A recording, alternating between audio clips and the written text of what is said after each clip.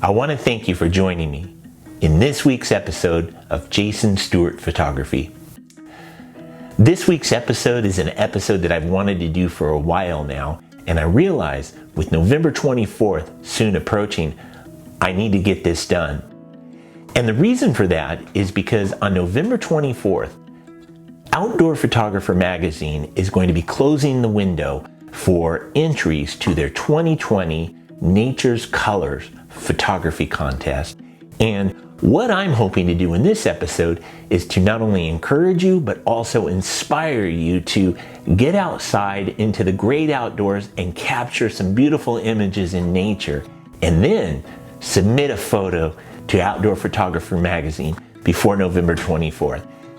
If you do accept this challenge and do it, please let me know. I would just be so blessed to hear that. But that's why I am doing this video now.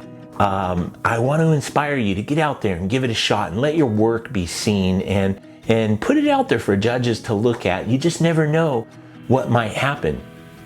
If you would have told me a year ago that I was going to be the grand prize winner for the 2019 Outdoor Photographer Magazine Nature Colors contest, I wouldn't have believed you. I would have thought, no way, with the amount of competition that contest has, I just wouldn't have believed it. And yet, if you see the image on the wall back there of a picture I took in the Grand Tetons that I have called Beautiful Moments in Nature, I have to tell you, I was just so blown away, so thankful when Outdoor Photographer Magazine contacted me to tell me that I did win the grand prize award. It was such an honor, and it was just unbelievable. And what made it even sweeter is I found out 2 days before my birthday. And another reason that I am doing this week's episode is not only to encourage and inspire you to get out there, take some photographs, and enter this contest, but I've had several friends and some family members ask me, what did you actually win from Outdoor Photographer Magazine for being the grand prize winner? And so I thought it would be kind of cool to show all of you some of the prizes that I won and some of the prizes that you can win if you would just get out there and take a chance and give it your best shot.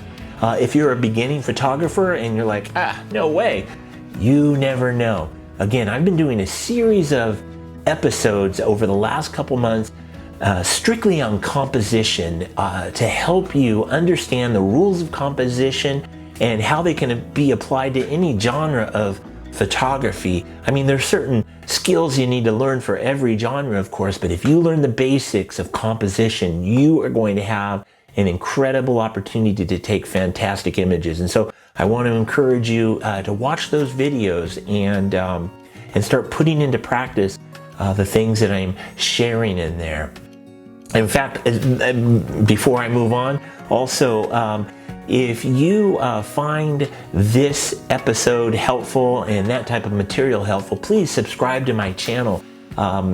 If you're new here, I'm working really hard at trying to reach my first goal as a new YouTube creator, which is 1,000 subscribers. So I'm trying to reach that goal. In the next week or two, I'm going to have my family come on, and we are going to really begin announcing the contest that we're going to have for the subscribers to this channel, and you get an opportunity to win some really nice prints. And so I'll share more about that with my family in the next week or two. But for this particular episode, I thought it would be really good if I not only shared with you about the image I took, how it happened, how it took place, but also what equipment did I use, and also what prizes did I win. And so that's what I want to just talk to you about for our time for this week, and I hope it encourages you and inspires you. And well, let's get started, okay? You know, when I think about July 2nd, 2019, which is the day that I took this photograph in the Grand Tetons, I often think about how that photograph almost didn't happen. And here's why. We had spent the week before in Yellowstone National Park, and we did a lot of driving, I did a lot of waking up really early and going to bed really late, and we really spent ourselves. And from there, we ended up going over to Bozeman, Montana for a few days and visiting some family members who live out there. And then from Bozeman, we drove all the way down to the Grand Tetons. And I tell you, that next day that I woke up and that alarm clock went off at about 4:15 in the morning, I was really battling getting up. I was just feeling like a zombie, and I did not want to get out of bed. It was dark and cold, and I was just so exhausted. And I literally laid there in bed on my back, just arguing with myself, trying to force myself to get up that morning. And I tell you, I'm so glad that I made myself get up, because not only did I capture this image that has brought me so many blessings that I'm going to share with you in a moment, but also that entire day was just spectacular. In fact, I did a video of my trip to the Grand Tetons, and I'm hoping to debut my Grand Teton video the week that I reach 1,000 subscribers, kind of like a thank you video, because I've got some really epic footage in there, and I'm really looking forward to showing you that video. But July 2nd, wow, it almost didn't happen, but thankfully I was able to force myself up and get out there and take the picture. Now, when I arrived at the location where I took the photograph, it was still pretty dark out, although the sun was quickly coming up and the colors were starting to come out. And I just remember as I got my camera out and I put it on a tripod and I was composing the picture as the light was rising and the beautiful orange and pink were coming up out of the beautiful sunrise, and then the Grand Teton Mountains were getting lit up on the left side, and something captured my eye down in the right corner, and I realized that there was a female moose that was in the stream drinking water.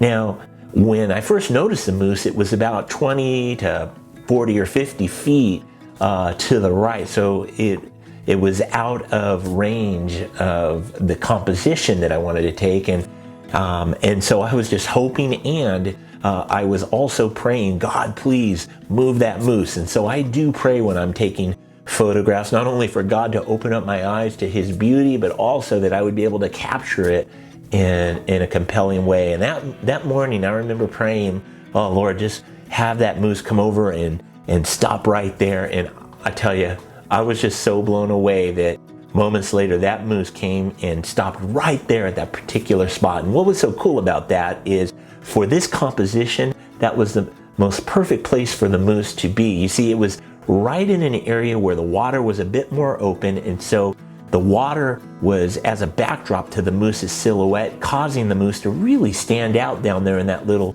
corner. Now, if the moose would have kept walking to drink water at another part, as you can see, there's a lot of thick brush and grass over there, and it wouldn't have had the same effect as it has with the water as a backdrop. And so I was just very thankful for that.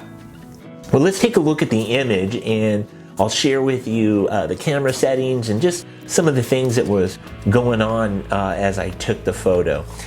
So my camera settings for this image was, I had the ISO or ISO on my camera at 125, and the aperture on my camera was at f14. Now, whenever you're shooting landscape, you always want to have your aperture f14, f16. You don't want to go higher than that. And when I say higher, I mean a lower number. You don't want to be at like f8 or all the way down to f2.8, because that will not give you a wide enough range of focus, and you'll have parts of your image that are actually blurred. And so you want to always be at f14, f16, or even higher, so that you can get the entire composition in focus. And so I had my aperture at f14 at the time, and the shutter speed was at a half second, which means that there's no way you can physically hold your camera still enough for a half second and get a clear image. So I had my tripod with me, and that is an essential part of every landscape photographer's equipment. And I know I've read articles out there where certain people are wondering if tripods are obsolete. Don't ever listen to them. These individuals who suggest not to use a tripod are inexperienced photographers, and you want to always use a tripod no matter what camera system you're using, because then you're assured that you will not have camera shake. Why chance it? Why chance having any kind of camera shake? So I recommend always using a tripod. Let's get back here. Okay, so with this particular image though, like I said, when I arrived at the location to set up, it was still dark out. And as the sun came up, I was just waiting and praying that moose would come over, and thankfully he did. And so I took the picture, and gosh, I was just so thankful that I was able to capture this beautiful moment in nature. And that's why, I mean, I meditated on that a lot before I actually gave my photograph a title. And I thought the best thing that could describe this total experience was I was just having an absolutely beautiful moment in nature. But again, I've had a lot of friends ask me, what kind of prizes did you get? Are they cool? And so that's why I also wanted to share this video. So why don't we take a look at some of the goodies I got. I actually have them on my shelf in the back there, as you can see. And why don't I go ahead and describe them to you now. Here's the very first prize I want to talk about, which is an Expo disc. What this basically is a professional white balance filter. Now, white balance is simply the color of light. Light literally has thousands of different temperatures, and because all light has colors, some light, like sunset lighting, is warm and golden.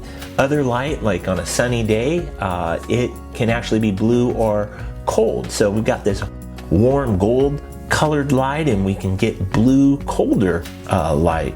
This Expo disc, as you can see in this photograph, it allows you to capture perfect color and perfect exposure in your camera, and really that's really helpful, especially in the processing time that you save if you can get the exposure correct. Now, the next prize I want to show you is a carbon fiber light stand by Nissin. And this is a really amazing light stand. It's made out of carbon fiber. It's said to be the lightest light stand in the world, and I love it. I've been using it regularly in my blog. In fact, if you see the light coming from over in this direction, it's actually on my Nissin light stand, so I use it regularly and I'm very happy with it.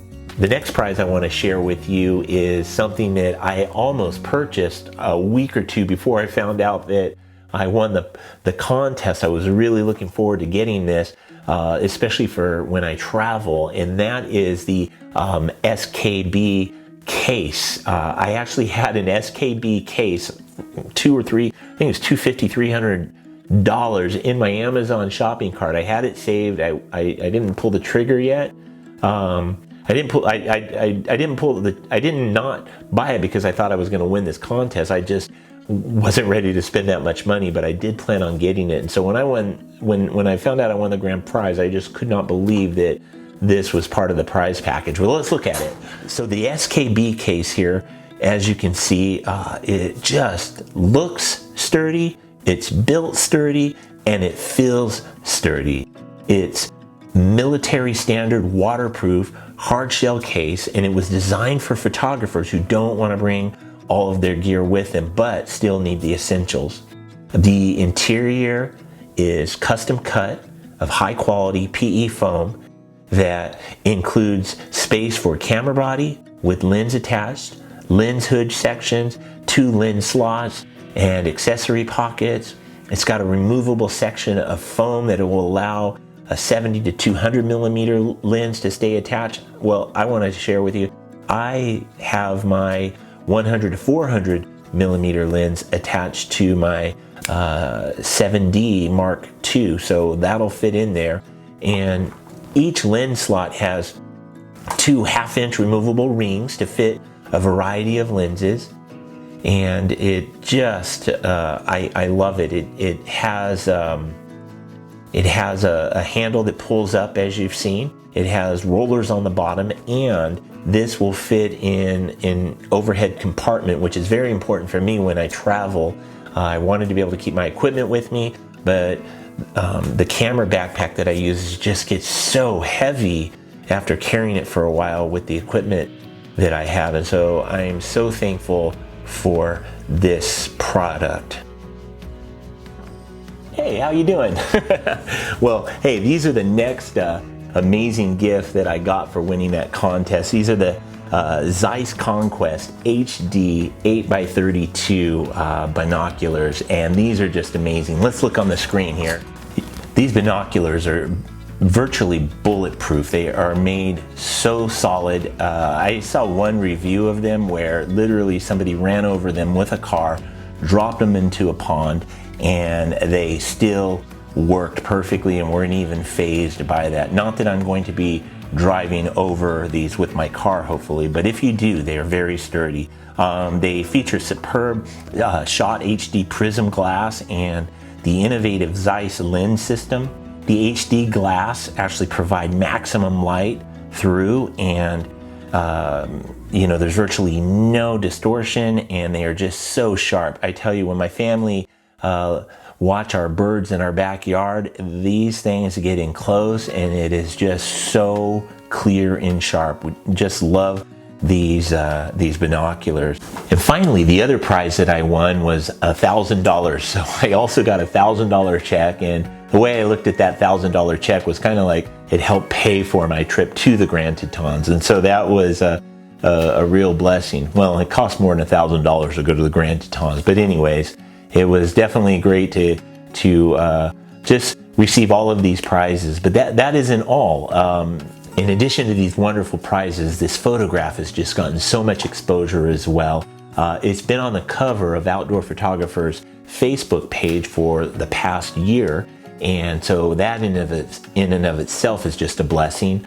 It's been featured on their Instagram page and their Facebook page multiple times, but for me, the biggest blessing is that I've actually been in their print edition, an Outdoor Photographer magazine print edition, on 2 different occasions. I was in their May 2020 edition, and then just recently, this past month in October, I was once again, this photo was in their magazine. And so I'm just so thankful for the opportunity that Outdoor Photographer magazine has given me, and just what a blessing it's been to have such an honor as this. And I hope that I am able to encourage you to get out into nature and take some pictures and see what you might come up with. Get creative and get out there early, or stay when the sun is setting, and really capture the beauty in nature, and enter into a contest. And you never know what could happen.